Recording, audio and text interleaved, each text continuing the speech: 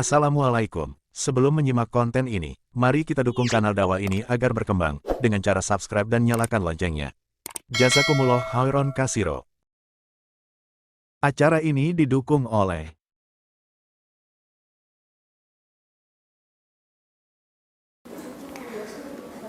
Innal hamdalillah nahmaduhu wa nasta'inuhu wa nastaghfiruh wa na'udzu billahi min syururi anfusina wa min sayyiati a'malina may yahdihillahu fala mudhillalah wa may yudlil fala hadiyalah.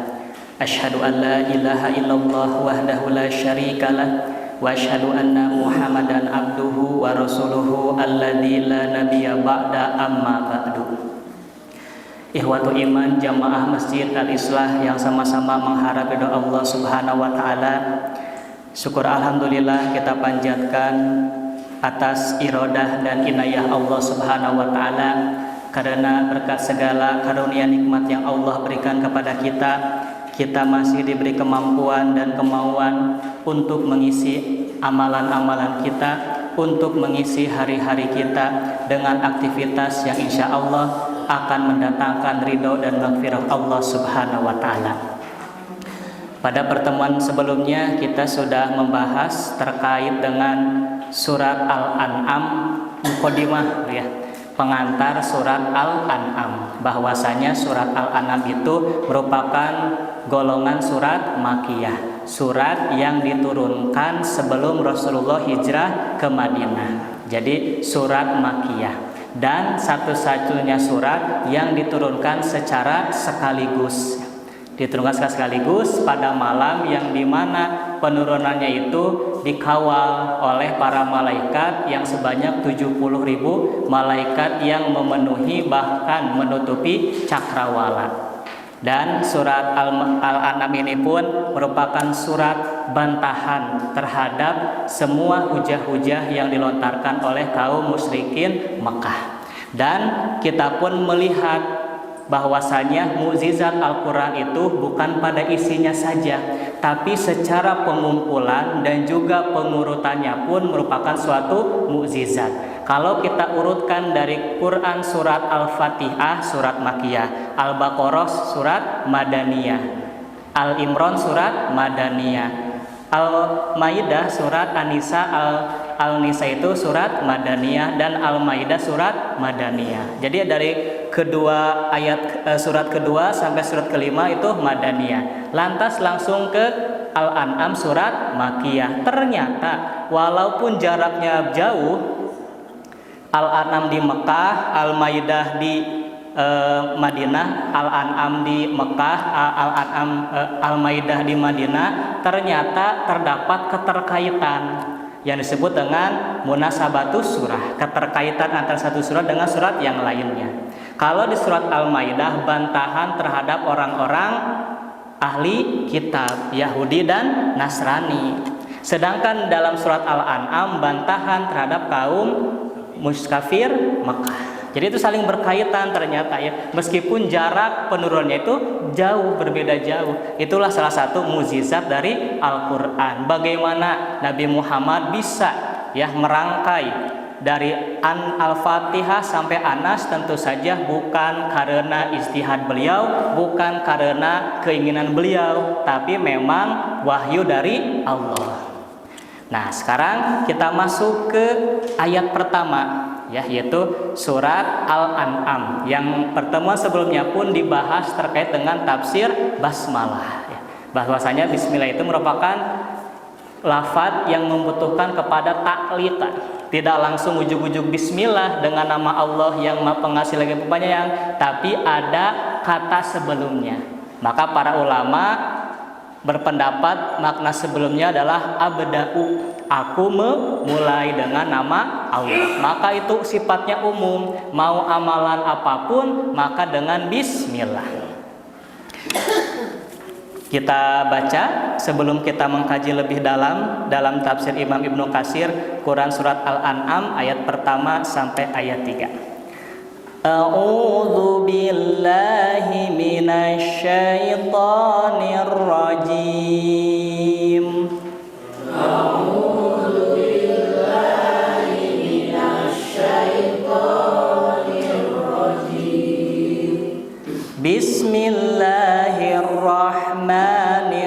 Bismillahirrahmanirrahim.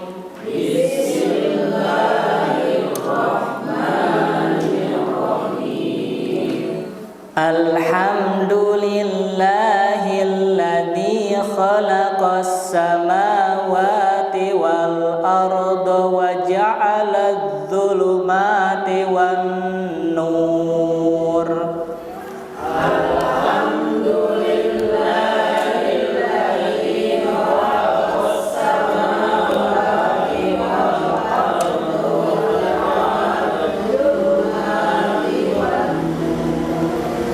Tsummaladzina kafaru bi rabbihim ya'dilun.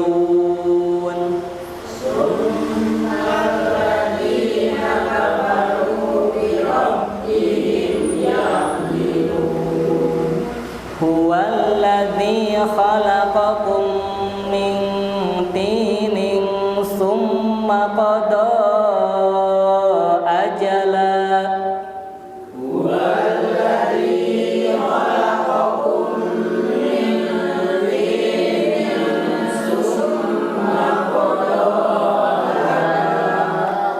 Wa ajalum musamman indahu summa antum tamtarun.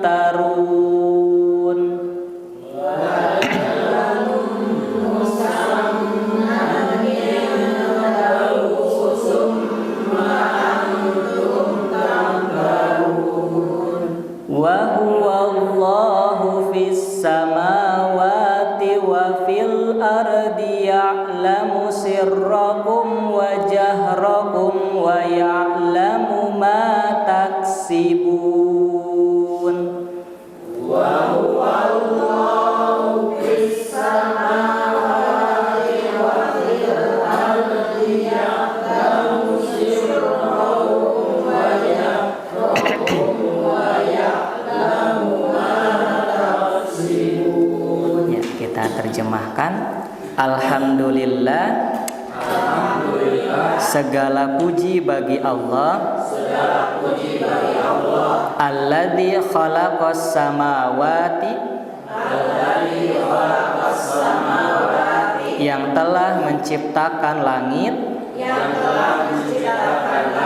wal ardo dan bumi, wa ja'ala dzulumati, dan menjadikan gelap, wan nura, dan juga cahaya. Tsummal ladzina kafaru, namun orang-orang yang kafir,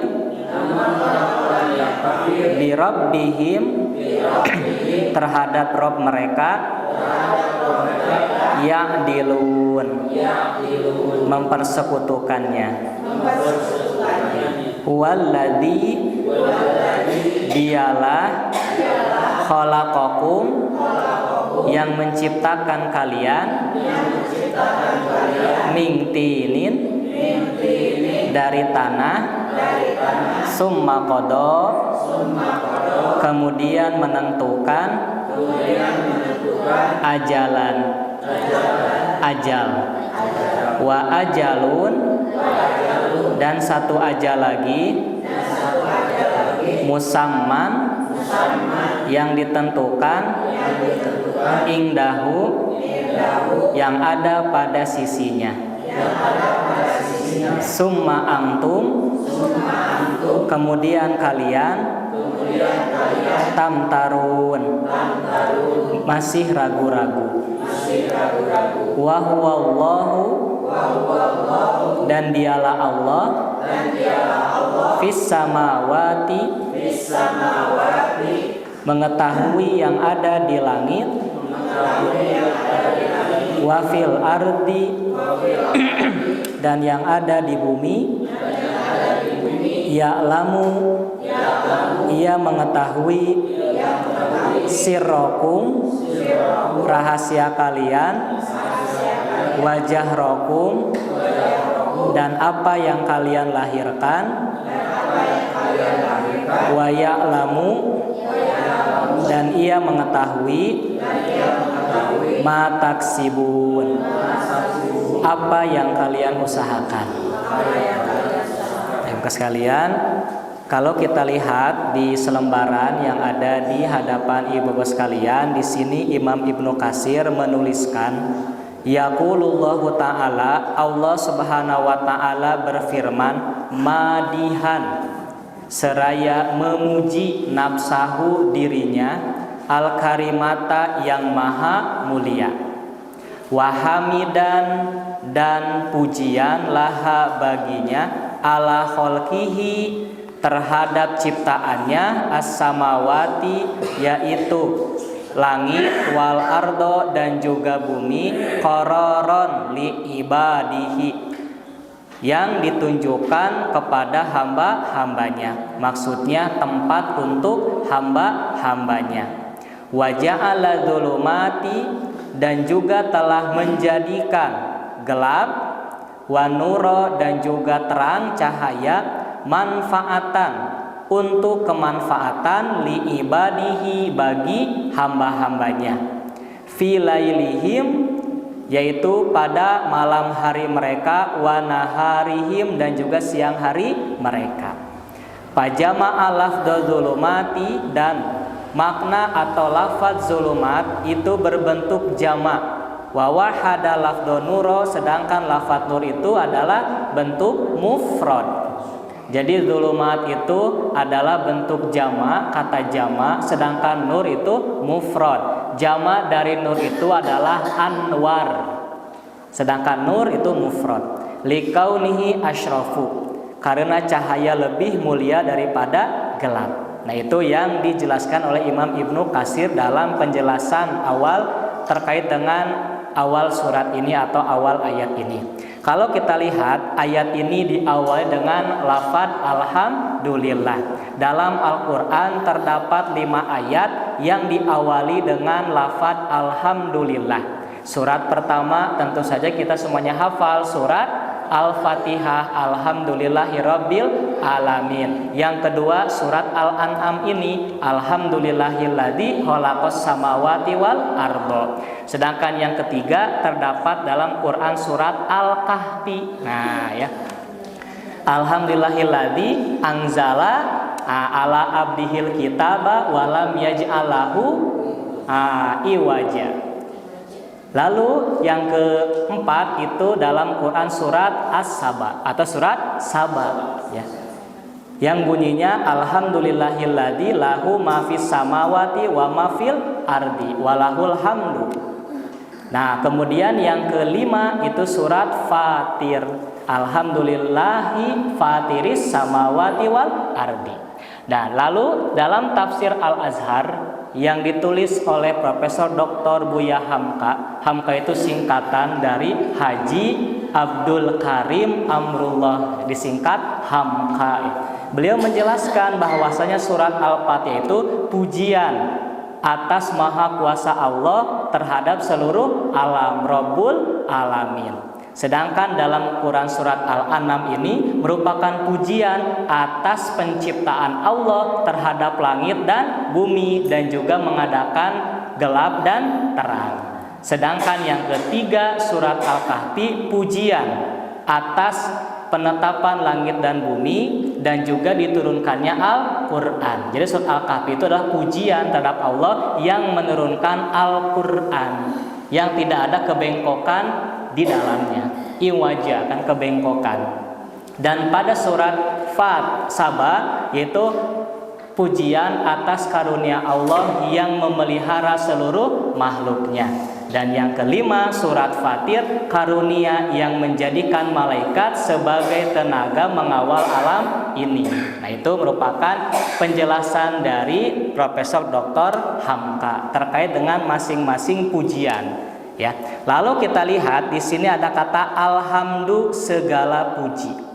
Ini ada perbedaan karena kalau kita lihat pada keterangan pertama madihan itu juga pujian. Alhamdu dari kata hamida yahmadu hamdan hamidun mahmudun ihmad la tahmad mahmadun mahmadun mihmadun humidayu madu. talar ya. Hamidah sehingga muncul nama Muhammad ya. Artinya kalau hamidah itu pujian terhadap orang yang melakukan sesuatu kebaikan.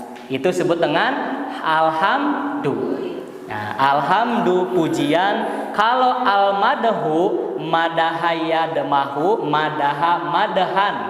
Itu juga sama pujian, tapi pujian bisa kepada tagoir akal, benda, dan juga kepada makhluk yang berakal sebagai manusia. Jadi kalau alhamdulillah khusus bagi orang yang berakal atau makhluk yang berakal atau zat yang berakal, ya zat yang berakal seperti Allah, Nabi Muhammad ya. Ada juga al-madhu itu pujian baik kepada manusia ataupun kepada hewan ataupun kepada benda mati. Contohnya, aduh menisai lukisan ieu. Muji teh ka lukisan, Bu. Ta eta mah sas alhamdulillah, tapi madha. Eta mah al-madhu, pujian terhadap benda, ya. Atau juga al-madhu pujian terhadap seseorang yang berakal tapi bukan karena usahanya. Seperti aduh meni mancung irungna, cing Bu ari mancung teh ku jalmina atau ku nu sanes. Ku sanes nyaeta Allah. Paham teh Bu? Kan mujinya ke orang berakal, tapi pujiannya itu bukan atas usaha dia. Sedangkan alhamdulillah pujian atas apa yang ia lakukan dan apa yang ia usahakan. Mata alhamdulillah segala puji Allah. Yang Allah itu melakukan apa? Salah satunya menciptakan langit dan bumi. Nabi Muhammad disebut Muhammad orang yang terpuji. Banyak pujian untuk beliau. Kenapa? Karena apa yang beliau lakukan itu alhamdulillah. Nah itu ya, beda alhamdulillah dan al-madhu. Nah, kemudian ya sekalian, di sini ya wa samawati wal ardo, jelas Allah memuji atau Allah dipuji oleh kita karena Allah yang menciptakan langit dan bumi. Bagaimana langit itu betapa luasnya, begitu teraturnya. Bumi berada pada orbitnya, dikelilingi oleh bulan. Bumi dan bulan mengelilingi matahari. Matahari dikelilingi oleh 8 planet: Merkurius, Venus, Bumi, Mars, Jupiter, Saturnus, Uranus, dan Neptunus. Lalu disebut dengan tata surya. Tata surya berada dalam galaksi Bima Sakti. Wah, berapa bintang ya. Matahari bintang yang paling dekat dengan bumi. Sedangkan kita lihat di langit, bintang itu banyak. Berarti banyak yang mengelilinginya pula. Coba kalau tidak ada yang menciptakan, wah bakal muncul kekacauan. Tapi semuanya teratur, menunjukkan Allah pencipta langit. Jadi kenapa samawat itu ternyata jama? Karena luar biasa, selain bertingkat sampai 7 langit juga, dan juga sangat luas ya, sangat luas. Untuk langit saja tidak bisa kita bandingkan ya, tidak bisa kita hitung, sangat luas sekali. Itu disediakan untuk hamba-hambanya. Wal ardo, dan juga bumi, tempat hambanya berdiam diri. Ya, bagaimana bumi itu ternyata kalau kita lihat di bawah kita itu berbentuk lempengan-lempengan yang senantiasa bergerak. Seperti Indonesia di atas 3 lempengan ya. Lempengan itu seperti puzzle. Jadi kenapa kita selalu ada gempa bumi? Karena di dalam tanah kita itu berbentuk lempengan-lempengan, dan lempengan-lempengan itu seperti puzzle itu bisa menyatu dengan adanya apa? Dengan adanya gunung. Wal jibala autada, dan kami jadikan gunung-gunung sebagai pasak. Satu lempengan dengan lempengan yang lain itu menyatu dengan adanya gunung. Wa ja'ala dzulumati wan nur, dan Allah mengadakan gelap dan juga cahaya. Jelas, bayangkan Ibu kalau kita tidak ada gelap, tidak ada malam, terus aja siang. Wah, capek. Kapan kita istirahat? Dan kita pun Indonesia itu merupakan beriklim tropis, yang dimana siangnya itu 12 jam, malamnya 12 jam. Ada di negara lain yang kalau musim panas sampai-sampai ya siangnya itu lebih dari 12 jam, sedangkan malamnya sedikit. Ya, ada yang terus menerus malam seperti di kutub utara, kutub selatan. Ya, nah itu ternyata kan gelap itu ada manfaatnya. Nah, kemudian pada keterangan berikutnya wa qauluhu, dan firman Allah taala, tsummal ladzina kafaru bi rabbihim ya'dilun. Kemudian orang-orang yang kafir, dari kata kafaro, menutup diri dari keterangan-keterangan Allah, menutup diri dari jalan-jalan untuk mendapat hidayah Allah, birabbihim, terhadap Rabb mereka, ya'dilun, mereka mempersekutukan. Ya'dilun dari kata adalah, sejajar, sama, jadi menyamakan, menjajarkan makhluk dengan Allah. Itu mempersekutukan Allah berarti. Padahal jelas-jelas ya, jelas-jelas Allah yang menciptakan segala sesuatu. Maksudnya wa ma'ahada kulihi kafara bihi ba'du ibadihi, yakni sekalipun demikian ada juga sebagian dari hamba-hambanya yang kafir kepada Allah. Wa ja'alu ma'ahu syarikan wa idlan, dan menjadikan sekutu baginya serta menjadikan baginya wattahodulahu sohibatan, menjadikan bagi Allah itu istri, wawaladan, dan juga anak. Ta'ala andalika uluwan kabiron, maha tinggi Allah dari semua itu dengan ketinggian yang setinggi-tingginya. Dalam tafsir Al-Misbah, kata summa itu menunjukkan jauh ya. Jauh apa? Jauh dari logika, jauh dari kebenaran. Sampai-sampai sudah jelas-jelas Allah menciptakan segala sesuatunya, baik yang di langit dan di bumi untuk mereka, tapi mereka tetap saja mensajajarkan atau menjadikan sekutu bagi Allah. Dengan cara menjadikan Allah ada anak, menjadikan Allah ada istri, nah itu ya. Sehingga sangat jauh apa yang mereka yakini. Dan ayat ini pun akhirnya memberantas atau mematahkan argumen-argumen orang yang menjadikan benda-benda langit sebagai sesembahan. Bagi para pemuja bintang, bagi para pemuja matahari, semuanya dikalahkan. Kenapa? Itu semua ciptaan Allah. Dan juga di bumi, bahwasanya yang menjadikan pohon sebagai sesembahan, menjadikan batu sebagai sesembahan, menjadikan gunung sebagai sembahan, itu pun dipatahkan karena Allah yang menciptakan bumi. Mana mungkin kamu menyembah terhadap ciptaan Allah, sedangkan apa yang ada di bumi semua ciptaan Allah. Wa ja'ala dzulumati wan nur, dan Allah pun yang mengadakan gelap dan juga cahaya. Ini pun mematahkan argumen orang-orang Majusi yang mereka menyembah kepada api keabadian ya. Kan mereka menganggap Tuhan itu ada dua, ada Tuhan cahaya dan juga ada Tuhan kegelapan. Tuhan cahaya disebut Ahura Mazda, Tuhan kegelapan disebut dengan Ahriman. Di mana Ustadz? Di buku Parasit Akidah ya, ditulis ku Ustadz Al-Mersedek ya. Itu ada Parasit Akidah Bu. Aya ya teman. Jadi biasa enggak di aos tentang agama-agama ya.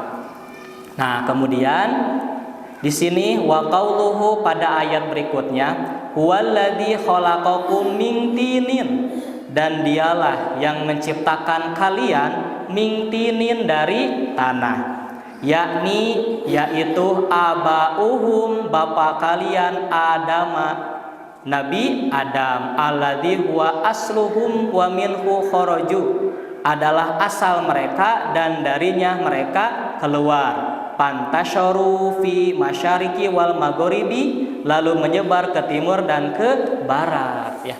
Bagaimana mungkin ya kita diciptakan dari tanah? Benar, karena Nabi Adam diciptakan dari tanah. Dan juga dalam Al-Quran banyak sekali ayat-ayat. Yang pertama, kholakomin alaq, diciptakan dari segumpal darah. Yang kedua, mimma indapik, dari air yang memancar. Yang selanjutnya dari tanah. Apakah Al-Quran kontradiksi, saling berbeda? Tidak. Tapi ini menunjukkan antara proses ya, urutan penciptaan, betul ya. Karena kalau kita lihat penjelasan guru kita Kiai Haji Ustadz Sidik Amin dalam Al-Quran dan Kejadian Manusia, dan juga dalam tafsir Al-Fatihah karya Ustadz Aceng Zakaria pun dijelaskan bahwasanya proses model penciptaan manusia itu ada 4. Yang pertama, proses model penciptaan Nabi Adam yang langsung dibentuk dari lapisan tanah. Kata Adam dalam tafsir Al-Qurtubi dari kata adim. Adim teh lapisan tanah. Nah, jadi Nabi Adam itu dari kata adim, yaitu lapisan tanah. Maka dalam Quran surat Al-Hijr, bagaimana Allah menjelaskan dalam ayat 28, wa id qala rabbuka lil malaikati, dan ingatlah ketika Rob kalian berfirman kepada para malaikat, inni khaliqun basyaron, sesungguhnya aku hendak menciptakan basyar, manusia, min solsolin, dari tanah liat kering, min hammain, dari lumpur hitam, masnunin, yang dibentuk. Jadi model penciptaan Nabi Adam langsung diambil tanah, dari tanah liat kering dan lumpur hitam, diberi atau dibentuk ya. Seperti kita membuat guci ya. Kita membuat guci, dan kita pun meyakini kita benar diciptakan dari tanah. Adapun di sini ada yang mengatakan kita dari monyet, demi Allah kita mah teu sudi ya. Ya, teu sudi disebut turunan monyet. Adapun yang meyakini teori evolusi terserah. Kita mah teu sudi disebut turunan monyet, kita mah dari Nabi Adam yang dari tanah ya. Dibentuk ya, dibentuk. Yang kedua, model penciptaan istrinya Siti Hawa. Ya ayuhan nasu taqu rabbakumul ladzi khalaqakum min nafsin wahidatin. Wahai manusia, bertakwalah kepada Rabb kalian yang menciptakan kalian min nafsin wahidatin, dari jiwa yang satu, yaitu Nabi Adam. Wa khalaqa minha, dan menciptakan minha, darinya, dari jiwa yang satu, yaitu Nabi Adam. Ha ini kepada Nabi Adam, Bu.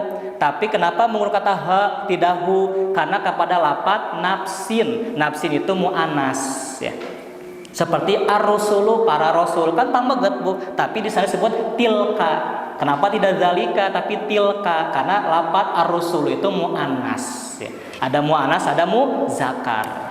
Jadi nafsin wahidatin minha jaujaha, menciptakan darinya jaujaha, yaitu pasangannya, yaitu Siti Hawa.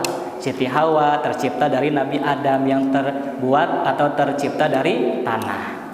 Dan yang ketiga adalah proses atau model penciptaan Nabi Isa alaihi salam, yang dari kalimat ya, dari kalimat. Sebagaimana berfirman dalam surat Al-Imran ayat 45 ya. Wa idz qalatil malaikatu, dan ingatlah ketika malaikat berkata, ya Maryamu, wahai Maryam, innallaha, sungguhnya Allah, yubasyiruki, akan memberikan kabar gembira kepadamu, bi kalimati minhu, dengan kalimat darinya, dari Allah. Ismuhu, namanya dikasih tahu, Al-Masihu, Al-Masih, Isa bin Maryam, Isa bin Maryam ya. Wajihan fid dunya, yang terkemuka di dunia, wa fil akhirati, dan di akhirat, minal muqarrabin, termasuk orang yang dekat dengan Allah. Jadi Nabi Isa dari kalimat Allah. Apa kalimatnya? Kun fayakun. Idza qada amron fa inna ma yaqulahu kun fayakun. Itu maksud kalimat itu. Diciptakan kun fayakun, jadi kan Nabi Isa di dalam perut Siti Maryam. Baru yang keempat, model penciptaan manusia pada umumnya, dan ini pun bisa kita jawab kepada anak TK yang masih kecil. Bun, aku teh dari tanah, bagaimana prosesnya? Betul, kita tuh dari tanah. Sebagaimana dalam surat Al-Mu'minun ayat ke-12 sampai 14 ya. Allah berfirman, walaqad khalaqnal insana min sulalatin min tin, dan kami telah menciptakan manusia dari saripati tanah. Lalu summa ja'alnahu, lalu kami jadikan saripati tanah itu nutfatan, nutfah, fi qarari makin, yang kami simpan di dinding yang kokoh, maksud dari rahim. Bagaimana dari tanah ujug-ujug jadi nutfah, jadi air mani? Apakah keluar tanah? Ternyata tidak. Sebagaimana diterangkan bahwasanya makhluk hidup itu ada 3, 1 manusia, 2 binatang, dan yang ketiga tumbuhan. Manusia pada hakikat itu makan tumbuhan, ya.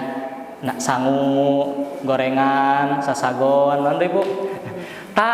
Nah Ustaz, kan ayam itu bukan tumbuhan, sapi bukan tumbuhan, domba bukan tumbuhan, tapi sapi dan domba makan tumbuhan. Sedangkan tumbuhan makan apa? Nah, kan dalam fotosintesis ya, tumbuhan itu kan memerlukan sinar matahari, air, dan juga menyerap ke tanah. Lewat proses kosmosa, akar-akar itu menyerap saripati tanah. Saripati tanah diangkut, masuk ke akar, ke batang, ke ranting, ke daun, lalu terjadi fotosintesis, maka jadilah buah. Buah dimakan oleh kita, buah dimakan oleh hewan, hewan dimakan oleh kita. Jadi kita terbuat dari tanah, karena tumbuhan makan tanah. Kita makan tumbuhan, kita makan hewan yang makan tumbuhan. Lalu setelah tumbuhan masuk ke tubuh kita, kangkung segala macam, maka dalam tubuh terjadi metabolisme tubuh. Makanan lalu tubuh kita mengeluarkan zat-zat yang berguna, cairan yang berguna maupun cairan yang tidak berguna. Cairan tidak berguna seperti kencing, keringat, itu cairan yang tidak berguna dari makanan. Adapun cairan yang berguna seperti air mata, ya. Kebayang kalau nggak ada air mata, Bu? Perih, ya. Mata air kita mengedip itu supaya menjernihkan lagi mata kita. Nah, yang kedua baru jadi cairan sel atau disebut dengan nutfah ini, ya. Jadi tubuh kita mengeluarkan, yang laki-laki baik pun perempuan mengeluarkan sel untuk reproduksi, ya. Disebut dengan semen. Dalam laki-laki bukan semen untuk 3 roda, bukan, ya. Tapi semen itu yang terdapat dalam sel sperma. Nah, itu, ya. Itu Ibu. Lalu disimpan di dalam rahim ibu kita. Nah, jadi betul Bu, dari tanah, dari tanah. Maka kata summa itu menunjukkan rangkaiannya banyak sekali. Dari saripati tanah menjadi makanan, metabolisme mengeluarkan cairan dalam tubuh kita.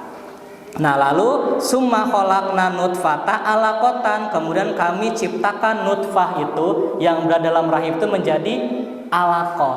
Maka nyambung surat Al-Alaq, ya. Min alaq, khalaqal insana min alaq, dari segumpal darah, sesuatu yang melekat. Paholaknal alaqatal mudghah, lalu alaqah itu segumpal darah, sesuatu yang melekat itu menjadi mudghah, kayak embrio lagi gitu, ya. Mudghah, segumpal daging, ya.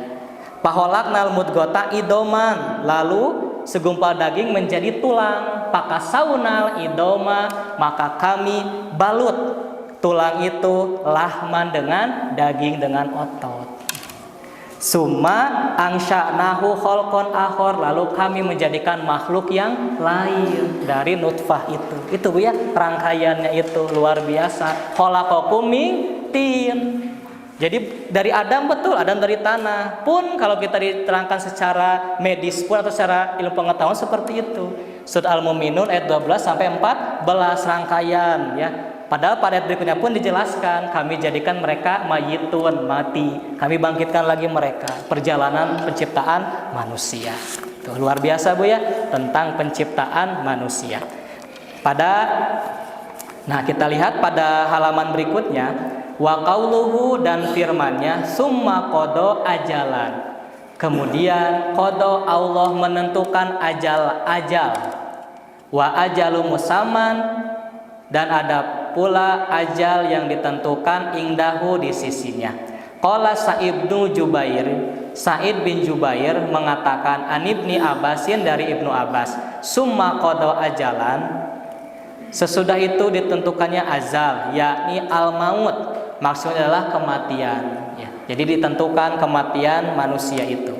Wa ajalu musamma indahu, sedangkan ajal yang kedua dimaksudkan adalah ketentuan untuk hari berbangkit, yakni al-akhirah, yaitu akhirat, kiamat ya gitu. Jadi ajal pertama mah kematian untuk manusia, ajal yang kedua kematian untuk alam semesta, hari kiamat ya. Nah itu. Sahur saha ibu? Sahur Sa'id bin Jubair dari Ibnu Abbas.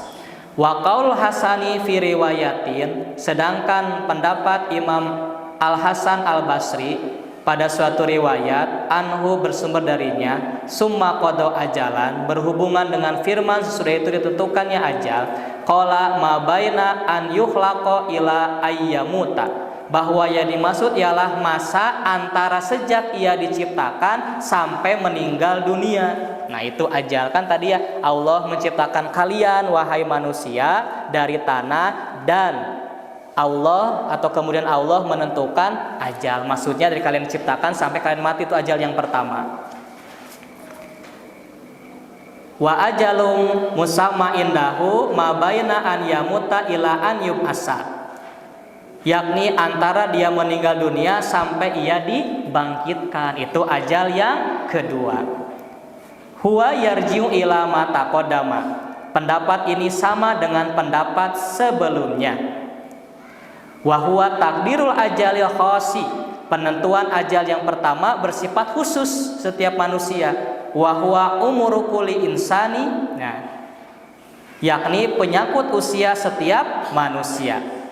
Wa takdirul ajalil ami, sedangkan ajal yang kedua bersifat umum. Wa huwa umuru dunya bikamaliha, sumantihaiha wangkidoiha wazawaliha, yakni menyangkut usia dunia seluruhnya, kemudian habislah usia dunia itu, lalu lenyap dan kembali kepada al-akhirat. Itu ajal yang kedua, hanya Allah kan yang tahu. Sedangkan umur manusia bisa saja malaikat tahu, ya, malaikat tahu, tapi ketika hari kiamat hanya Allah yang tahu. Bahkan malaikat Jibril pun tidak tahu. Mal masulu anha bi'alama minas sa'ili, yang bertanya malaikat Jibril, yang ditanya Nabi Muhammad tidak tahu, hanya Allah yang tahu. Nah, itu kan musaman indahu. Wa an ibni Abbasin wa Mujahidun, dari Ibnu Abbas dan Mujahid, summa qada ajalan, maknanya adalah maddatud dunya, usia dunia. Wa ajalu musamma indahu, dan ajal yang hanya Allah yang tahu, yakni umurul insani ilahina mautihi, yakni usia seseorang sampai saat kematiannya. Nah, kalau kita lihat di sini ternyata ada lagi yang berpendapat. Waqala Atiyatu, Atiyah, Imam Atiyah meriwayatkan an Ibni Abbasin dari Ibnu Abbas, maksud dari summa qada ajala, ya, makna firmannya kemudian ditentukan ajalnya, yakni an-naum, jadi tidur, maksud dari ajal yang pertama mah, karena tidur juga sama dengan mati.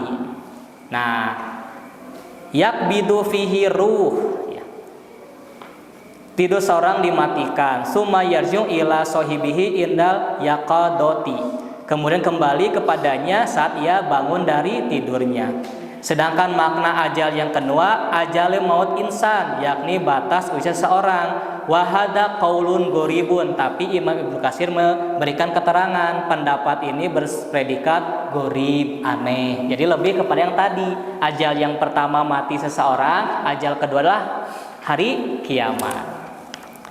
Wa makna qaulihi, dan makna firman-Nya indahu, di sisinya, ae la ya'lamuhu illa huwa, dengan kata lain tidak ada seorang pun yang mengetahuinya kecuali Allah, hari kiamat ya.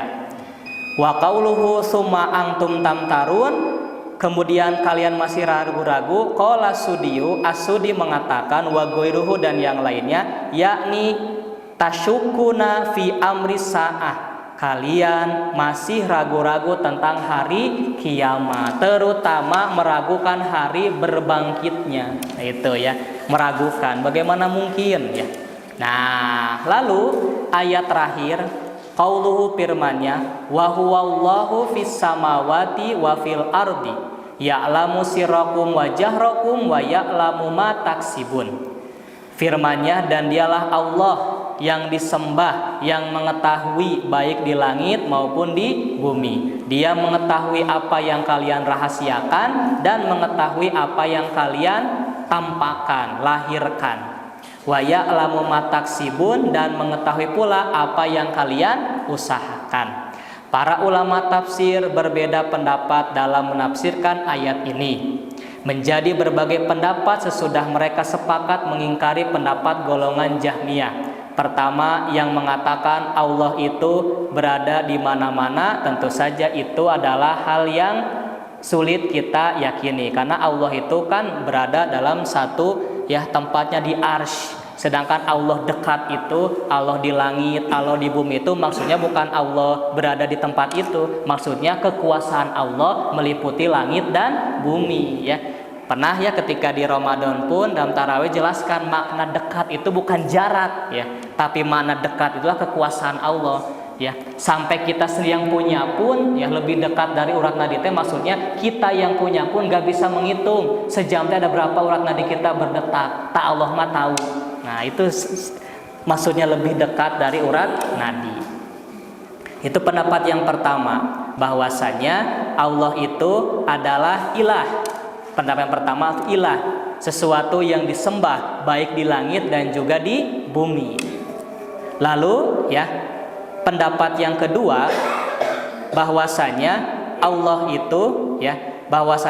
itu adalah yang mengetahui di langit dan juga di bumi, sebagaimana Dia juga mengetahui apa yang kalian rahasiakan dan apa yang kalian jaharkan, yang kalian lahirkan, yang kalian tampakkan.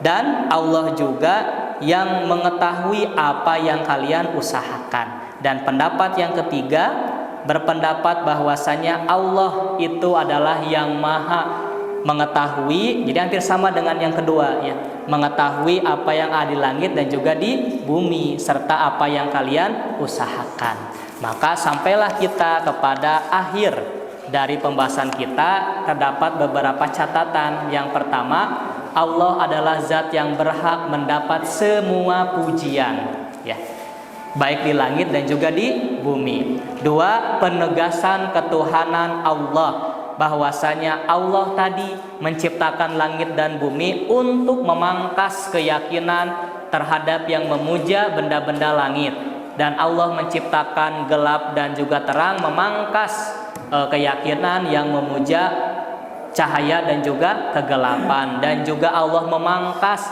khalaqakum min tin, yang menyembah manusia, dipangkas semuanya. Itu kan ciptaan Allah ya.